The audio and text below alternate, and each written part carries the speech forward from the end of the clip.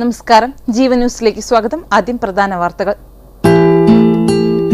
Jeevan news headlines presented by BIS hallmark 916 സ്വർണ്ണാഭരണങ്ങൾ ഏറ്റവും കുറഞ്ഞ പണിക്കൂലിയിൽ ബോബി ചെമ്മണ്ണൂർ ഇന്റർനാഷണൽ ജ്വല്ലേഴ്സ്.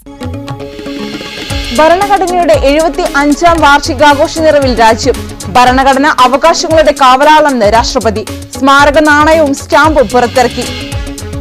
+2 കോഴിക്കേസിൽ സംസ്ഥാന സർക്കാരിനും ഇഡിക്കും തിരിച്ചടി. KM ഷാജിക്കെതിരായ അപ്പീൽ സുപ്രീം കോടതി തള്ളി. കുറ്റപത്രം റദ്ദാക്കിയ ഹൈക്കോടതി വിധി ശരിവെച്ചു. തൃശൂർ നാട്ടികയിൽ ലോറി പാഞ്ഞുകയറി 5 മരണം. ഡ്രൈവർക്കും ക്ലീനർക്കുമെതിരെ നരഹത്യക്ക് കേസ്. കർശന നടപടിയെന്ന് ഗതാഗത മന്ത്രി. ലോറി ഉടമയുടെ രജിസ്ട്രേഷൻ റദ്ദാക്കി. ബംഗാൾ ഉൾക്കടലിൽ ന്യൂനമർദ്ദം. തമിഴ്നാട്ടിൽ ശക്തമായ മഴ. പുതുച്ചേരിയിലും കാരയ്ക്കലിലും ഓറഞ്ച് അലർട്ട്. കേരളത്തിലും അതിശക്ത മഴയ്ക്ക് സാധ്യത. മെക്സിക്കോയ്ക്കും കാനഡയ്ക്കും മേൽ അധിക നികുതി ചുമത്തുമെന്ന് ഡൊണാൾഡ് ട്രംപ്. മയക്കുമരുന്ന് കടത്തും കർശനമായി തടയും.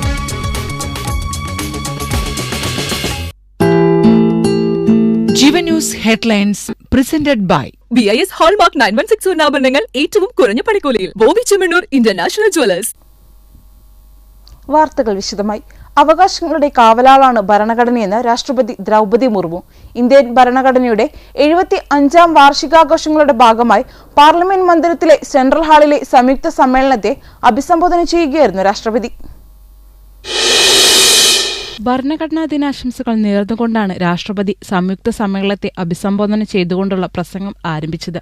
രാജ്യത്തെ ഏറ്റവും പവിത്രമായ ഗ്രന്ഥമാണ് ഭരണഘടനയെന്നും ഭരണഘടന സാമൂഹിക രാഷ്ട്രീയ മേഖലകളുടെ ആധാരശിലയാണെന്നും രാഷ്ട്രപതി പറഞ്ഞു. അവകാശങ്ങളുടെ കാവലാളാണ് ഭരണഘടന. ഭരണഘടനാ മൂല്യങ്ങൾ ഓരോ പൗരനും ഉയർത്തിപ്പിടിക്കണമെന്നും രാഷ്ട്രപതി പറഞ്ഞു. संविधान दिवस के पावन अवसर पर आप सभी के बीच आकर मुझे हार्दिक प्रसन्नता हो रही. संविधान हमारे देश का सबसे पवित्र ग्रंथ है. आज हम सब एक ऐतिहासिक अवसर के भागीदार भी बन रहे हैं और साक्षी भी. 75 वर्ष पहले संविधान सदन के इसी केंद्रीय कक्ष में आज ही के दिन संविधान सभा ने नवस्वाधीन देश के लिए संविधान निर्माण का बहुत बड़ा कार्य संपन्न किया था. രാജ്യത്തിനിത് അഭിമാന നിമിഷമാണെന്ന് ലോക്സഭാ സ്പീക്കർ പറഞ്ഞു. ഭരണഘടന നൽകുന്ന സുരക്ഷിതത്വം താഴെത്തട്ടിൽ വരെ ഉറപ്പുവരുത്തുന്നുവെന്നും വസുദൈവ കുടുംബകം എന്ന ആശയത്തെ മുറുകെ പിടിക്കുന്നുവെന്നും ലോക്സഭാ സ്പീക്കർ പറഞ്ഞു. Momentous day marks a historic milestone as we celebrate 75 years since Bharat adopted its constitution, a remarkable achievement for the world's largest and most dynamic democracy. Our nation thrives with remarkable economic growth, robust infrastructure, widespread digital adoption, all getting international recognition and accolades. പാർലമെന്റിലെത്തിയ രാഷ്ട്രപതി ദ്രൗപദി മുർമുവിനെ പ്രധാനമന്ത്രിയും ലോക്സഭാ രാജ്യസഭാ അധ്യക്ഷന്മാരും ചേർന്ന് സ്വീകരിച്ചു. Indian ഭരണഘടനയുടെ 75-ാം വാർഷികത്തിന്റെ സ്മാരക നാണയവും സ്റ്റാമ്പും രാഷ്ട്രപതി പുറത്തിറക്കി. National desk ജീവൻ. +2 കോഴിക്കേസിൽ സംസ്ഥാന സർക്കാരിനും ഇഡിക്കും തിരിച്ചടി. മുസ്ലിം ലീഗ് നേതാവ് KM ഷാജിക്കെതിരായ അപ്പീൽ സുപ്രീം കോടതി തള്ളി. കുറ്റപത്രം റദ്ദാക്കിയ ഹൈക്കോടതി വിധി സുപ്രീം കോടതി ശരിവെച്ചു. KM ഷാജിക്കെതിരായ +2 കോഴക്കേസ് നേരത്തെ ഹൈക്കോടതി റദ്ദാക്കിയിരുന്നു. ഈ വിധിക്കെതിരെയാണ് സർക്കാരും ഇഡിയും സുപ്രീം കോടതിയെ സമീപിച്ചത്. അഴീക്കോട് സ്കൂളിൽ +2 ബാച്ച് അനുവദിക്കാൻ KM ഷാജി 25 ലക്ഷം രൂപ കോഴ കൈപ്പറ്റിയെന്നാണ് കേസ്. ജൂൺ 19-നാണ് ഷാജിക്കെതിരെ ഇഡി രജിസ്റ്റർ ചെയ്ത കള്ളപ്പണം വെളുപ്പിക്കൽ കേസ് ഹൈക്കോടതി റദ്ദാക്കിയത്. സ്വത്ത് കണ്ടുകെട്ടിയതുൾപ്പെടെ എല്ലാ നടപടികളും കോടതി റദ്ദാക്കിയിരുന്നു. ജസ്റ്റിസ് PV കുഞ്ഞികൃഷ്ണന്റേതായിരുന്നു ഉത്തരവ്. ഷാജിയുടെ ഭാര്യ ആശയുടെ പേരിലുള്ള 25 ലക്ഷം രൂപയുടെ സ്വത്ത് ഇഡി കണ്ടുകെട്ടിയിരുന്നു. കോഴിക്കോട് ചേവായൂർ മാലൂർ കുന്നിലെ ഷാജിയുടെ വീടിനോട് ചേർന്ന സ്ഥലത്തിനെതിരെയായിരുന്നു നടപടി. സ്ഥലം വാങ്ങി കള്ളപ്പണം വെളുപ്പിച്ചെന്ന കണ്ടെത്തലിനെ തുടർന്നായിരുന്നു ഇഡി നടപടി സ്വീകരിച്ചത്. ഈ കേസിലാണ് ഹൈക്കോടതി ഷാജിക്ക് ആശ്വാസകരമായ വിധി നൽകിയത്.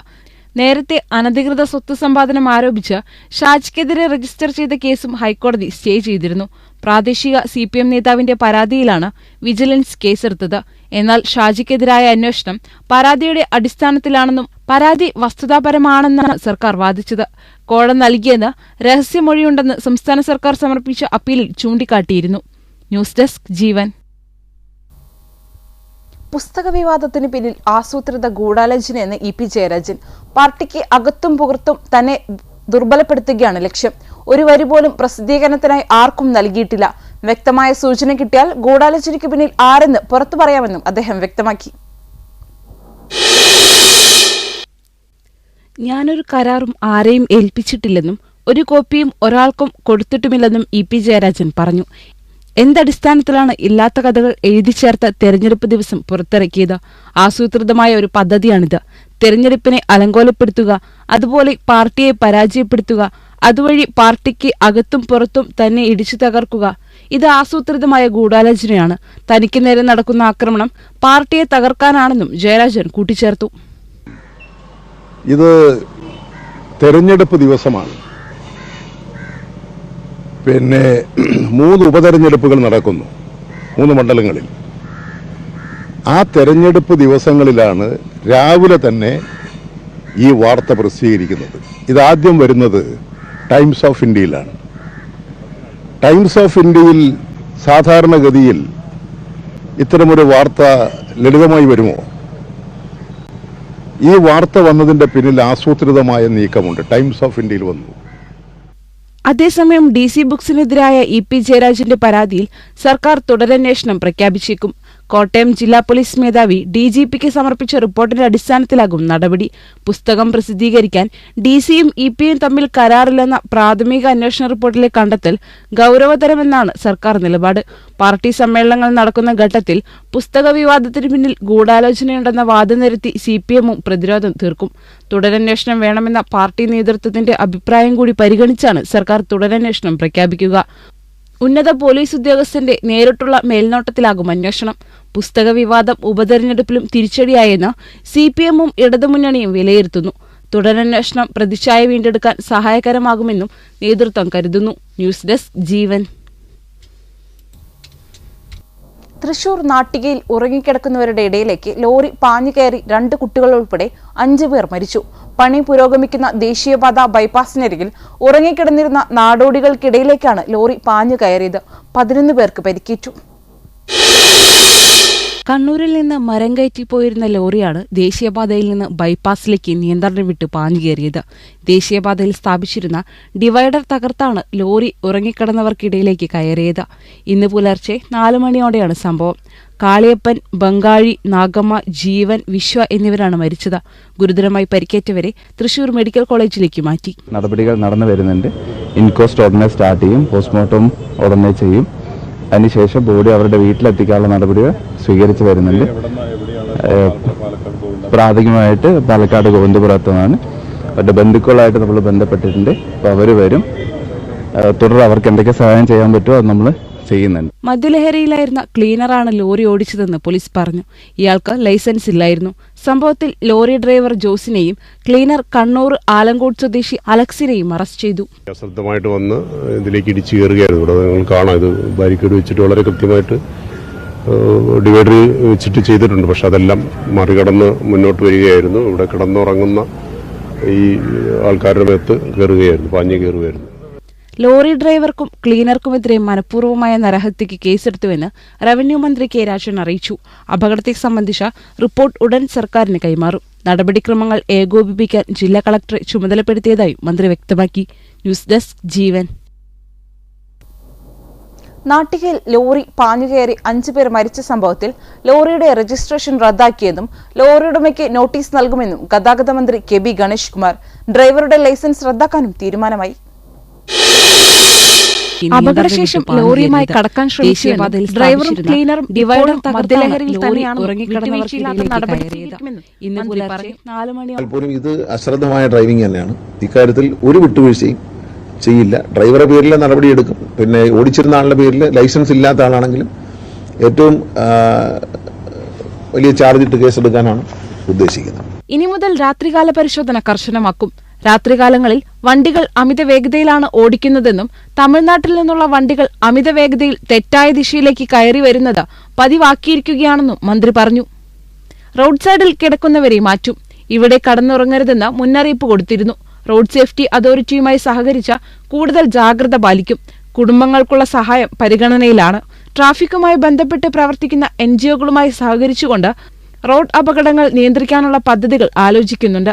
ട്രാഫിക് ലൈൻ തെറ്റിച്ചാൽ കർശന നടപടിയെടുക്കും. ഒരു രാജ്യത്തും വണ്ടി കൈകാണിച്ചു നിർത്തി RC ബുക്ക് പരിശോധിക്കുന്ന നടപടിയില്ല.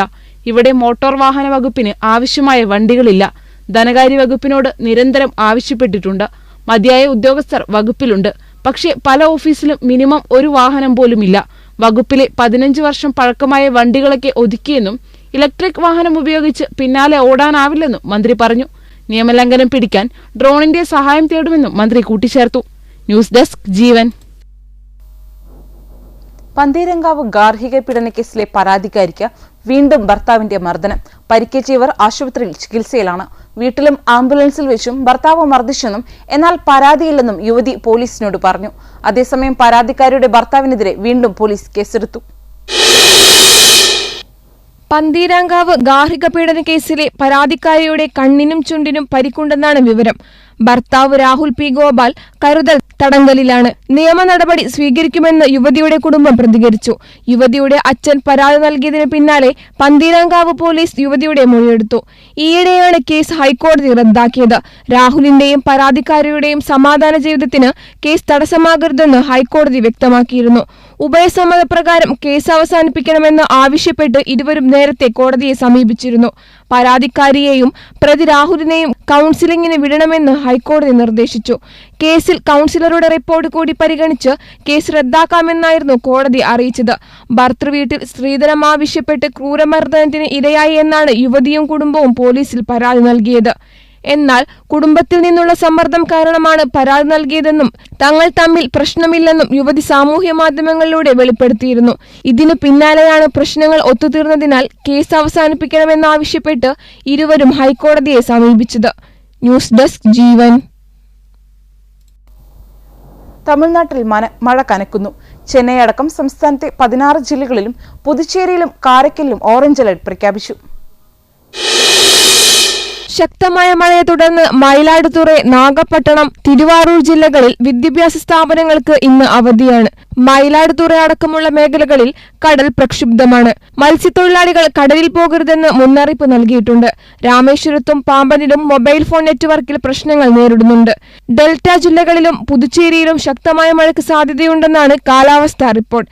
ബംഗാൾ ഉൾക്കടലിൽ ന്യൂനമർദ്ദം ശക്തി പ്രാപിച്ചതിനെ തുടർന്നാണ് മഴ. വരുന്ന 4 ദിവസം കൂടി മഴ തുടരുമെന്നാണ് മുന്നറിയിപ്പ്. ന്യൂസ് ഡെസ്ക് ജീവൻ. സംസ്ഥാനത്ത് ഇന്ന് ശക്തമായ മഴയ്ക്ക് സാധ്യതയുണ്ടെന്ന് കാലാവസ്ഥാ നിരീക്ഷണ കേന്ദ്രം. 8 ജില്ലകളിൽ യെല്ലോ അലർട്ട് പ്രഖ്യാപിച്ചു. മഴ മുന്നറിയിപ്പിനെ തുടർന്ന് തിരുവനന്തപുരം, കൊല്ലം, പത്തനംതിട്ട, എറണാകുളം, ഇടുക്കി, തൃശൂർ, പാലക്കാട്, മലപ്പുറം ജില്ലകളിലാണ് യെല്ലോ അലർട്ട് പ്രഖ്യാപിച്ചിട്ടുള്ളത്. ബംഗാൾ ഉൾക്കടലിൽ രൂപം പ്രാപിച്ച ന്യൂനമർദ്ദം കൂടുതൽ ശക്തമായതോടെയാണ് സംസ്ഥാനത്ത് പല ജില്ലകളിലും മഴ പ്രവചനമുള്ളത്. ബുധനാഴ്ച എറണാകുളം, ഇടുക്കി, തൃശൂർ, പാലക്കാട്, മലപ്പുറം ജില്ലകളിലും വ്യാഴാഴ്ച ഇടുക്കി, പാലക്കാട്, മലപ്പുറം ജില്ലകളിലും ശക്തമായ മഴയ്ക്ക് സാധ്യതയുണ്ടെന്നാണ് കേന്ദ്ര കാലാവസ്ഥാ വകുപ്പിന്റെ അറിയിപ്പ്. തെക്കുകിഴക്കൻ ബംഗാൾ ഉൾക്കടലിന് മുകളിലെ ന്യൂനമർദ്ദം തെക്കൻ ബംഗാൾ ഉൾക്കടലിന് മുകളിലാണ് തീവ്ര ന്യൂനമർദ്ദമായി ശക്തി പ്രാപിച്ചത്. അടുത്ത 24 മണിക്കൂറിനുള്ളിൽ അതിതീവ്ര ന്യൂനമർദ്ദമായി ശക്തി പ്രാപിച്ച് തുടർന്നുള്ള 2 ദിവസത്തിൽ തമിഴ്നാട്, ശ്രീലങ്ക തീരത്തേക്ക് നീങ്ങാൻ സാധ്യതയുണ്ട്. സംസ്ഥാനത്ത് ഒറ്റപ്പെട്ട സ്ഥലങ്ങളിൽ വെള്ളിയാഴ്ച വരെ ശക്തമായ മഴയ്ക്ക് സാധ്യതയുണ്ടെന്ന് കേന്ദ്ര കാലാവസ്ഥാ വകുപ്പ് അറിയിച്ചു. തെക്കൻ കേരള തീരത്ത് മണിക്കൂറിൽ 35 മുതൽ 45 കിലോമീറ്റർ വരെയും ചില അവസരങ്ങളിൽ 55 കിലോമീറ്റർ വരെയും വേഗത്തിൽ കാറ്റ് വീശാൻ സാധ്യതയുള്ളതിനാൽ കേരള തീരത്ത് ഇന്നു മുതൽ വ്യാഴാഴ്ച വരെ മത്സ്യബന്ധനത്തിന് പോകരുതെന്നും കേന്ദ്ര കാലാവസ്ഥാ വകുപ്പ് മുന്നറിയിപ്പ് നൽകി. ന്യൂസ് ഡെസ്ക് ജീവൻ. മഹാരാഷ്ട്രയിൽ മുഖ്യമന്ത്രി ആരെന്നതിൽ ഇന്ന് തീരുമാനമായേക്കും. ഏക്നാഥ് ഷിൻഡെയ്ക്കും ദേവേന്ദ്ര ഫട്നാവിസിനും 2.5 വർഷം വീതം നൽകാനുള്ള ചർച്ചകളിൽ തീരുമാനമായിട്ടില്ല. സത്യപ്രതിജ്ഞ ഈ ആഴ്ചയുണ്ടാകും. ജാർഖണ്ഡിൽ മന്ത്രിസഭാ ചർച്ചകൾ അന്തിമഘട്ടത്തിലാണ്. മഹാരാഷ്ട്രയിൽ പുതിയ സർക്കാരിന്റെ സത്യപ്രതിജ്ഞ നീളുകയാണ്. മുഖ്യമന്ത്രി സ്ഥാനത്തെ ചൊല്ലി BJPയിലും ശിവസേനയിലുമുള്ള തർക്കമാണ് പ്രഖ്യാപനം വൈകാൻ കാരണം. BJPയുടെ ചരിത്ര വിജയത്തിന് പിന്നാലെ മുൻ മുഖ്യമന്ത്രിയായിരുന്ന ദേവേന്ദ്ര ഫട്നാവിസിനെ മുഖ്യമന്ത്രിയാക്കണമെന്നാണ് സംസ്ഥാന നേതൃത്വത്തിന്റെ ആവശ്യം. അതേസമയം ലാഡ്ലി ബഹൻ പദ്ധതി അടക്കം നടപ്പിലാക്കിയ ഷിൻഡെ തുടരണമെന്ന ശിവസേനയുടെ കടുംപിടുത്തമാണ് നേതാക്കളെ കുഴയ്ക്കുന്നത്. 6 MPമാരുള്ള ഷിൻഡെ പക്ഷത്തെ പിണക്കുന്നതിനോട് കേന്ദ്ര നേതൃത്വത്തിനും താൽപര്യമില്ല. എന്നാൽ ഷിൻഡെയെ പിണക്കി ഒരു തീരുമാനമെടുത്താൽ വരാനിരിക്കുന്ന മുംബൈ കോർപ്പറേഷൻ തെരഞ്ഞെടുപ്പിൽ മറാത്ത വിഭാഗത്തിന്റെ വോട്ട് നഷ്ടപ്പെടുമോ എന്ന ആവലാതിയും നേതാക്കൾക്കുണ്ട്. ജാർഖണ്ഡിൽ സഖ്യകക്ഷികൾക്ക് നിർണായക സ്ഥാനം നൽകിയാണ് മന്ത്രിസഭാ രൂപീകരണം. കോൺഗ്രസ് ഒരു ക്യാബിനറ്റ് പദവിയും പട്ടികജാതി പട്ടികവർഗ വിഭാഗങ്ങളിൽ നിന്ന് സഹമന്ത്രി സ്ഥാനങ്ങളുമാണ് ആവശ്യപ്പെട്ടിരിക്കുന്നത്. വ്യാഴാഴ്ചയാണ് ഹേമന്ത് സോറന്റെ സത്യപ്രതിജ്ഞ. നാഷണൽ ഡെസ്ക് ജീവൻ. ലബനനിൽ വെടിനിർത്തൽ ചർച്ച നടത്താനായി ഇസ്രായേലിന്റെ നിർണായക മന്ത്രിസഭാ യോഗം ഇന്ന് ചേരുകയാണ്. 60 ദിവസത്തെ വെടിനിർത്തലിനാണ് സാധ്യത. ഇതോടെ ലബനനിൽ ഹിസ്ബുള്ളയുമായി 1 വർഷമായി നടക്കുന്ന യുദ്ധത്തിൽ താൽക്കാലിക ഇടവേളയുണ്ടാകുമെന്നാണ് പ്രതീക്ഷ. US പ്രസിഡന്റ് ജോ ബൈഡന്റെയും ഫ്രഞ്ച് പ്രസിഡന്റ് ഇമ്മാനുവൽ മാക്രോണിന്റെയും നേതൃത്വത്തിൽ വെടിനിർത്തലിൽ തീരുമാനമുണ്ടാകുമെന്നാണ് ലെബനന്റെ പ്രതികരണം. വെടിനിർത്തൽ കരാറിന്റെ അടുത്തെത്തിയെന്ന് US ദേശീയ സുരക്ഷാ വക്താവ് ജോൺ കിർബി പറഞ്ഞു. ഒക്ടോബർ 8 മുതൽ ഹിസ്ബുള്ളയുടെ നേതൃത്വത്തിലുള്ള സൈന്യം ഇസ്രായേലിനെതിരെ ആക്രമണം നടത്തുകയാണ്. ഇസ്രായേലി സമൂഹത്തിനെതിരെയും മിലിറ്ററി പോസ്റ്റുകൾക്കെതിരെയുമാണ് ആക്രമണം. ഗാസയിലെ യുദ്ധത്തെ പിന്തുണച്ചാണ് ഹിസ്ബുള്ളയുടെ ആക്രമണങ്ങൾ. ഒക്ടോബർ 7 ഹമാസിന്റെ ആക്രമണത്തെ തുടർന്ന് ലെബനനുമായി അതിർത്തി പങ്കിടുന്ന പ്രദേശങ്ങളിൽ നിന്നും ഇസ്രായേൽ വൻതോതിൽ ആളുകളെ ഒഴിപ്പിച്ചിരുന്നു. ഏകദേശം 60,000 പേരെ ഇത്തരത്തിൽ ഒഴിപ്പിച്ചുവെന്നാണ് കണക്ക്. ഇസ്രയേൽ ലെബനനിൽ നടത്തിയ ആക്രമണങ്ങളിൽ 100 കണക്കിന് പേരാണ് കൊല്ലപ്പെട്ടത്. അതേസമയം എത്ര കാലം വെടിനിർത്തൽ ഉണ്ടാകുമെന്ന് ഇപ്പോൾ പറയാനാവില്ലെന്ന് ഇസ്രയേൽ ഉദ്യോഗസ്ഥർ പ്രതികരിച്ചു. ഇന്റർനാഷണൽ ഡെസ്ക് ജീവൻ. മെക്സിക്കോയ്ക്കും കാനഡയ്ക്കും മേൽ അധിക നികുതി ചുമത്തുമെന്നറിയിച്ച് നിയുക്ത US പ്രസിഡന്റ് ഡൊണാൾഡ് ട്രംപ്. മെക്സിക്കോയിൽ നിന്ന് വരുന്ന ഉൽപ്പന്നങ്ങൾക്ക് 25% നികുതി ചുമത്തുമെന്ന് ട്രംപ് അറിയിച്ചു. കാനഡയിൽ നിന്നുള്ള ഉൽപ്പന്നങ്ങൾക്കും ഇതേ നികുതിയാവും ചുമത്തുക. തിങ്കളാഴ്ചയാണ് മെക്സിക്കോയിൽ നിന്നുള്ള ഉൽപ്പന്നങ്ങൾക്ക് അധിക നികുതി ഏർപ്പെടുത്തുമെന്നും അനധികൃതമായി ആളുകൾ എത്തുന്നത് തടയുമെന്നും ട്രംപ് അറിയിച്ചത്. ഇതുമൂലമുണ്ടാകുന്ന പ്രശ്നങ്ങൾ വളരെ എളുപ്പത്തിൽ പരിഹരിക്കാൻ കാനഡയ്ക്കും മെക്സിക്കോയ്ക്കും അവകാശമുണ്ടെന്നും ട്രംപ് കൂട്ടിച്ചേർത്തു. സ്വന്തം സോഷ്യൽ മീഡിയ പ്ലാറ്റ്ഫോമായ ട്രൂത്ത് സോഷ്യലിലായിരുന്നു ഡൊണാൾഡ് ട്രംപിന്റെ പ്രതികരണം. ചൈനയിൽ നിന്നുള്ള വസ്തുക്കൾക്ക് 10% നികുതി ചുമത്തുമെന്നും ട്രംപ് പറഞ്ഞു. തെരഞ്ഞെടുപ്പ് പ്രചാരണത്തിനിടെ ചൈനയ്ക്ക് മേൽ 60% നികുതി ചുമത്തുമെന്നാണ് ട്രംപ് അറിയിച്ചിരുന്നത്. മെക്സിക്കോയിൽ നിന്നുള്ള വാഹനങ്ങൾക്ക് 1000% നികുതി ചുമത്തുമെന്നും ട്രംപ് അറിയിച്ചിരുന്നു. ട്രംപിന്റെ പ്രതികരണത്തിന്റെ അനുരണനങ്ങൾ ഉടൻ തന്നെ അന്താരാഷ്ട്ര വിപണിയിലുണ്ടായി. Canadian dollar, Mexican peso, euro, British pound, Korean won, Australian dollar എന്നിവയെല്ലാം US ഡോളറിനെതിരെ ഇടിഞ്ഞു. International desk Jeevan. രാജ്യത്ത് 20 കോച്ചുകളും ഒഴിഞ്ഞ സീറ്റുകളുമായി ഓടുന്ന വന്ദേ ഭാരതിന്റെ കോച്ചുകൾ കുറയ്ക്കാൻ റെയിൽവേ ഒരുങ്ങുന്നു. ഇതിനു പകരം 8 കോച്ചുകളുള്ള റെയിൽ കൊണ്ടുവരാനാണ് തീരുമാനം. ഇന്ത്യൻ റെയിൽവേയുടെ മുഖച്ഛായയും തലവരയും മാറ്റിയ സംഭവമാണ് വന്ദേ ഭാരത് ട്രെയിനുകളുടെ അവതരിപ്പിക്കൽ. വന്ദേ ഭാരതിന്റെ ചെയർകാർ ട്രെയിനിനെ യാത്രക്കാർ ഏറ്റെടുത്തതോടെ വന്ദേ ഭാരത് മെട്രോ, വന്ദേ ഭാരത് സ്ലീപ്പർ എന്നീ ട്രെയിനുകളും റെയിൽവേ അവതരിപ്പിച്ചു. കേരളത്തിലോടുന്ന 2 വന്ദേ ഭാരത് ട്രെയിനുകളും സൂപ്പർ ഹിറ്റാണ്.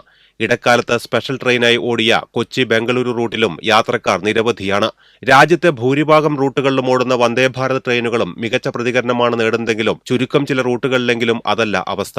കേരളത്തിന്റെ തൊട്ടടുത്തുനിന്ന് സർവീസുള്ള മംഗളൂരു ഗോവ വന്ദേ ഭാരത് മിക്കപ്പോഴും പകുതിയിലധികം സീറ്റുകളും കാലിയായിട്ടാണ് ഓടുന്നത്. അടുത്തിടെ 20 കോച്ചുകളുള്ള വന്ദേ ഭാരത് ട്രെയിനുകളും ട്രാക്കിലിറക്കിയിരുന്നു. യാത്രക്കാർ കൂടുതലുള്ള റൂട്ടിലേക്കാണ് ഈ ട്രെയിനുകളെ പരിഗണിച്ചിരിക്കുന്നത്. മറ്റു ട്രെയിനുകളെ അപേക്ഷിച്ച് സൗകര്യവും സുരക്ഷിതത്വവും സമയലാഭവും കൂടുതലാണെങ്കിലും ടിക്കറ്റ് നിരക്ക് പലപ്പോഴും സാധാരണക്കാർക്ക് താങ്ങാനാവുന്നില്ല. അതുകൊണ്ടുതന്നെ വന്ദേ ഭാരതിൽ കയറാൻ പല റൂട്ടുകളിലും ആളുകൾ താൽപര്യപ്പെടുന്നില്ല. അത്തരത്തിലൊന്നാണ് സെൻട്രൽ റെയിൽവേയുടെ കീഴിലുള്ള നാഗ്പൂർ സെക്കന്ദരാബാദ് വന്ദേ ഭാരത് എക്സ്പ്രസ്. നിലവിൽ 20 കോച്ചുകളും ഒഴിഞ്ഞ സീറ്റുകളുമായി ഓടുന്ന വന്ദേ ഭാരതിന്റെ കോച്ചുകൾ കുറയ്ക്കാനാണ് റെയിൽവേയുടെ നീക്കം. 2024 സെപ്റ്റംബർ 19 ഓട്ടം തുടങ്ങിയ നാഗ്പൂർ സെക്കന്ദരാബാദ് വന്ദേ ഭാരത് എക്സ്പ്രസ് ചുരുക്കം ദിവസങ്ങളിൽ ഒഴികെ മറ്റൊരിക്കലും സീറ്റുകൾ മുഴുവൻ ആളുകളായി സർവീസ് നടത്തിയിട്ടില്ല. ദീപാവലി അവധിക്കാലത്തെ 8 ദിവസങ്ങളിലെ 110% ഒക്യുപ്പൻസി മാത്രമാണ് നാഗ്പൂർ സെക്കന്ദരാബാദ് വന്ദേ ഭാരതിന് അവകാശപ്പെടാൻ പറ്റിയ വിജയം. ഇതിനു പകരം 8 കോച്ചുകളുള്ള റെയിൽ കൊണ്ടുവരാനാണ് റെയിൽവേയുടെ തീരുമാനം. ന്യൂസ് ഡെസ്ക് ജീവൻ.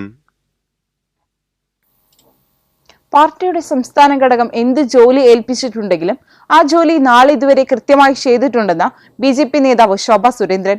വി ഡി സതീശന്റെ വെല്ലുവിളി ബി ഏറ്റെടുക്കും. പാലക്കാട് മുനിസിപ്പാലിറ്റിയിൽ ഒരു കൌൺസിലറെ UDF-ന് അധികമുണ്ടാക്കാൻ സാധിക്കുമോ എന്ന് ശോഭ ചോദിച്ചു. അടുത്ത പഞ്ചായത്ത് മുനിസിപ്പൽ കോർപ്പറേഷൻ തെരഞ്ഞെടുപ്പിൽ തിരുവനന്തപുരവും തൃശൂരും ഉൾപ്പെടെയുള്ള കോർപ്പറേഷനുകൾ തങ്ങൾ ഭരിക്കുമെന്നും ശോഭ സുരേന്ദ്രൻ കൂട്ടിച്ചേർത്തു. ശോഭ എന്ത് ജോലി ചെയ്യണം എന്ന് അവര് തീരുമാനമെടുക്കാറുണ്ട്. ആ പണി വളരെ നല്ല രീതിയിൽ ചെയ്തു തീർത്തു എന്ന് ആത്മവിശ്വാസമുള്ള ഒരു സാധാരണക്കാരിയാണ് ഞാൻ. കൂടാതെ എൻ്റെ മനസ്സിൽ ഇപ്പോഴുള്ള ഒരു ചിന്ത എന്ന് പറയുന്നത് അടുത്ത തെരഞ്ഞെടുപ്പാണ്. കോൺഗ്രസിന്റെ UDF-ന്റെ ശ്രീമാൻ BD സതീശന്റെ ഒരു വെല്ലുവിളി ഭാരതീയ ജനതാ പാർട്ടി അതിശക്തമായിട്ട് ഏറ്റെടുക്കുകയാണ്. പാലക്കാട് മുനിസിപ്പാലിറ്റിയിൽ പന്തയം വെക്കാം. ഒരൊറ്റ സീറ്റ്, ഒരു മുനിസിപ്പൽ കൗൺസിലറെ UDF-ന് അധികമുണ്ടാക്കാൻ സാധിക്കുമോ? അത് വെല്ലുവിളിയായിട്ട് ഏറ്റെടുക്കാൻ ഭാരതീയ ജനതാ പാർട്ടി തയ്യാറാണ്. കണ്ണൂർ ADM-ആയിരുന്ന നവീൻ ബാബുവിന്റെ മരണത്തെക്കുറിച്ചുള്ള റവന്യൂ വകുപ്പിന്റെ അന്വേഷണ റിപ്പോർട്ട് പുറത്തുവിടാനാകില്ലെന്ന് സർക്കാർ. ലാൻഡ് റവന്യൂ ജോയിന്റ് കമ്മീഷണറുടെ റിപ്പോർട്ടിലെ വിവരങ്ങൾ വെളിപ്പെടുത്തിയാൽ പോലീസ് അന്വേഷണം തടസ്സപ്പെടുമെന്ന വിചിത്രവാദമാണ് മുഖ്യമന്ത്രിയുടെ ഓഫീസ് നൽകിയത്. നവീൻ ബാബുവിന്റെ മരണത്തെക്കുറിച്ചുള്ള റവന്യൂ വകുപ്പിന്റെ അന്വേഷണ റിപ്പോർട്ട് പുറത്തുവിട്ടാൽ പോലീസ് അന്വേഷണം തടസ്സപ്പെടുമെന്നാണ് ആഭ്യന്തര വകുപ്പിന്റെ കൂടി നിയന്ത്രണമുള്ള മുഖ്യമന്ത്രിയുടെ ഓഫീസിന്റെ മറുപടി. ഒക്ടോബർ 15-നായിരുന്നു യാത്രയയപ്പ് ചടങ്ങിൽ കണ്ണൂർ ജില്ലാ പഞ്ചായത്ത് പ്രസിഡന്റായിരുന്ന PP ദിവ്യ അവഹേളിച്ചതിനെ തുടർന്ന് ADM നവീൻ ബാബു ജീവനൊടുക്കിയത്. ഇതേപ്പറ്റി സമഗ്രമായി അന്വേഷിക്കാനായിരുന്നു land revenue joint commissioner A ഗീതയെ റവന്യൂ വകുപ്പ് നിയോഗിച്ചത്. ജീവനക്കാരുടെ ഉൾപ്പെടെ മൊഴിയെടുത്ത് ഗീത സമഗ്ര റിപ്പോർട്ട് സർക്കാരിന് സമർപ്പിച്ചെങ്കിലും മരണം നടന്ന് 1.5 മാസമാകാറായിട്ടും റിപ്പോർട്ട് പുറത്തുവിടില്ലെന്നാണ് സർക്കാർ നിലപാട്. ന്യൂസ് ഡെസ്ക് ജീവൻ. കണ്ണൂർ വളപട്ടണത്ത് വ്യാപാരിയുടെ വീട്ടിൽ വൻ കവർച്ച നടന്ന സംഭവത്തിൽ അന്വേഷണത്തിന് 20-അംഗ സംഘം. അസിസ്റ്റന്റ് കമ്മീഷണർ രത്നകുമാറിന്റെ നേതൃത്വത്തിലായിരിക്കും അന്വേഷണം നടക്കുക. വളപട്ടണം മന്ന സ്വദേശിയായ വീട്ടുടമ അഷ്റഫിന്റെ സ്ഥാപനത്തിലെ ജീവനക്കാരുടെ മൊഴിയെടുക്കും. മംഗലാപുരം, കാസർഗോഡ് തുടങ്ങിയ റെയിൽവേ സ്റ്റേഷനുകളിൽ CCTV-കൾ കേന്ദ്രീകരിച്ച് പരിശോധന നടത്താനാണ് പോലീസിന്റെ നീക്കം. കഴിഞ്ഞ ദിവസം വീട്ടിലെത്തിച്ച പോലീസ് നായ മണം പിടിച്ച് വളപട്ടണം റെയിൽവേ പാളത്തിലേക്ക് പോയിരുന്നു. നായ ഏറെ ദൂരം പോയെങ്കിലും മറ്റു തുമ്പുകളൊന്നും ലഭിച്ചില്ല. മോഷണം നടത്തുന്നതിനു മുമ്പോ ശേഷമോ റെയിൽവേ സ്റ്റേഷനിലേക്ക് പോയതാകാമെന്നാണ് നിഗമനം. പോലീസ് നായ സഞ്ചരിച്ച വഴിയിലെ CCTV-കളിൽ നിന്ന് പ്രാഥമിക പരിശോധനയിൽ ഒന്നും കണ്ടെത്താനായില്ല. പ്രത്യേക സംവിധാനത്തിൽ തുറക്കാനാവുന്ന ലോക്കർ മോഷ്ടാക്കൾ എങ്ങനെ തുറന്നു എന്നതും അന്വേഷണ വിധേയമാക്കും. ഇതിനു പുറമെ അഷ്റഫിന്റെ വീട്ടിലെ CCTV ദൃശ്യങ്ങൾ വ്യക്തതയില്ലാത്തതും പ്രതിസന്ധിയാണ്. വീട്ടിലെ കിടപ്പുമുറിക്കുള്ളിലെ ലോക്കറിൽ നിന്നാണ് പണവും സ്വർണവും കവർന്നത്. വീട്ടിൽ സൂക്ഷിച്ചിരുന്ന 1 കോടി രൂപയും 300 പവൻ സ്വർണവും മോഷണം പോയെന്നാണ് പരാതി. മതിൽ ചാടിക്കടന്ന് അടുക്കള ഭാഗത്തെ ജനൽ തകർത്താണ് മോഷ്ടാക്കൾ അകത്ത് കയറിയത്. കഴിഞ്ഞ 19-ാം തീയതി മധുരയിൽ ഒരു വിവാഹ ചടങ്ങിൽ പങ്കെടുക്കാൻ പോയതായിരുന്നു അഷ്റഫും കുടുംബവും. ഞായറാഴ്ച രാത്രിയാണ് ഇവർ തിരികെ എത്തിയത്. വീട്ടിലെത്തി നോക്കിയപ്പോഴാണ് മോഷണ വിവരം അറിയുന്നത്. തുടർന്ന് പോലീസിനെ അറിയിക്കുകയായിരുന്നു. ന്യൂസ് ഡെസ്ക് ജീവൻ.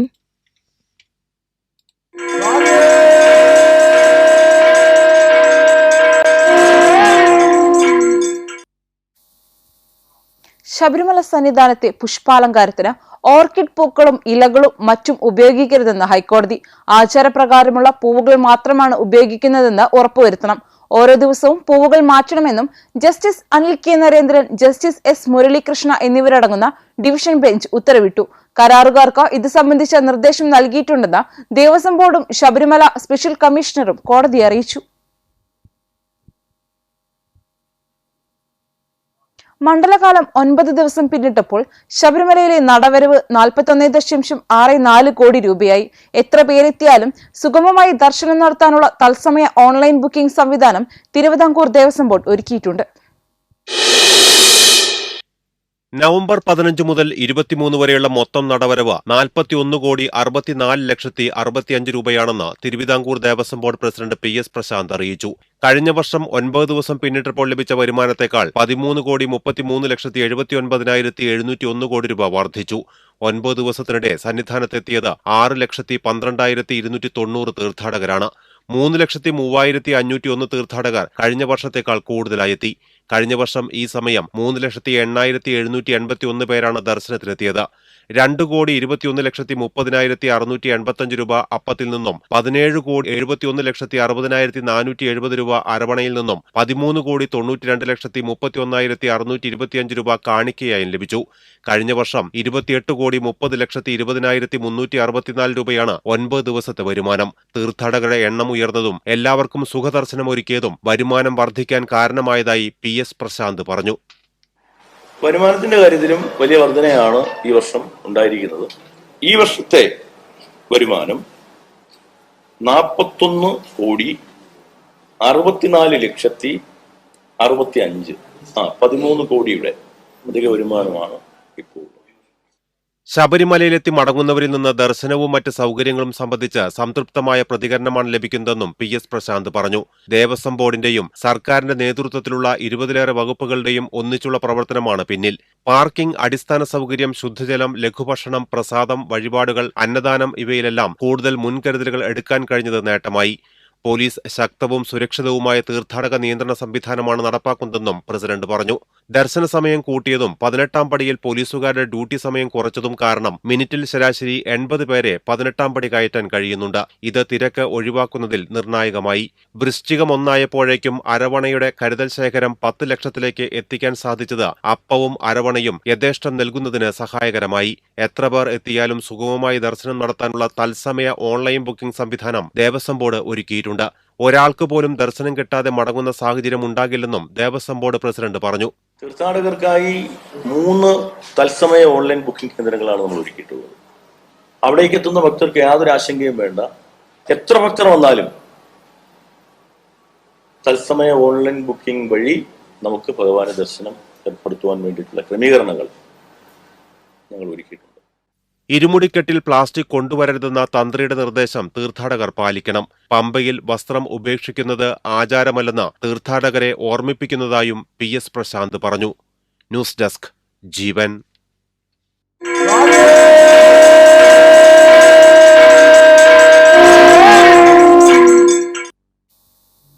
കായിക വാർത്ത.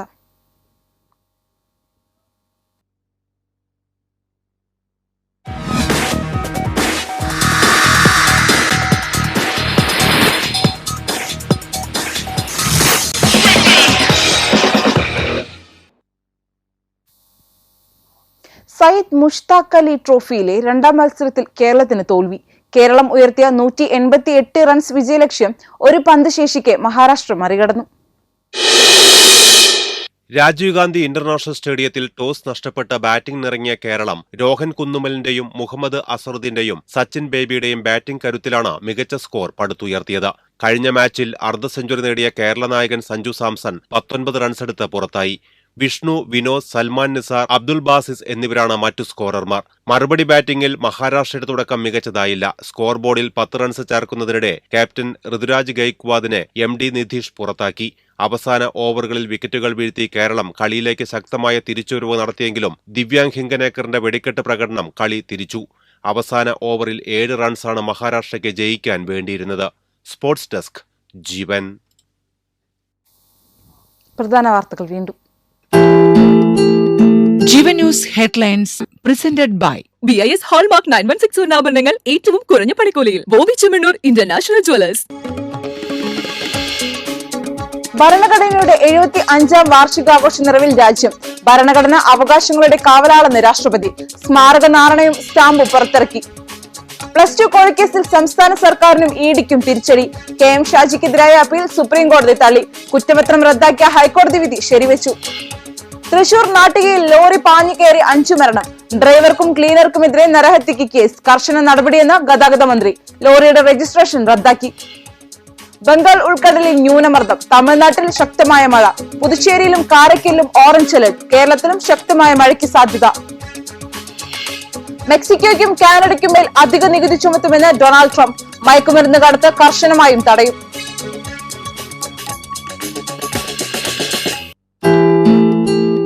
ജീവൻ news headlines presented by BIS hallmark 916 സ്വർണ്ണാഭരണങ്ങൾ ഏറ്റവും കുറഞ്ഞ പണിക്കൂലിയിൽ ബോബി ചെമ്മണ്ണൂർ ഇന്റർനാഷണൽ ജ്വല്ലേഴ്സ്. ഈ ബുള്ളറ്റിൻ പൂർണ്ണമാകുന്നു. നമസ്കാരം.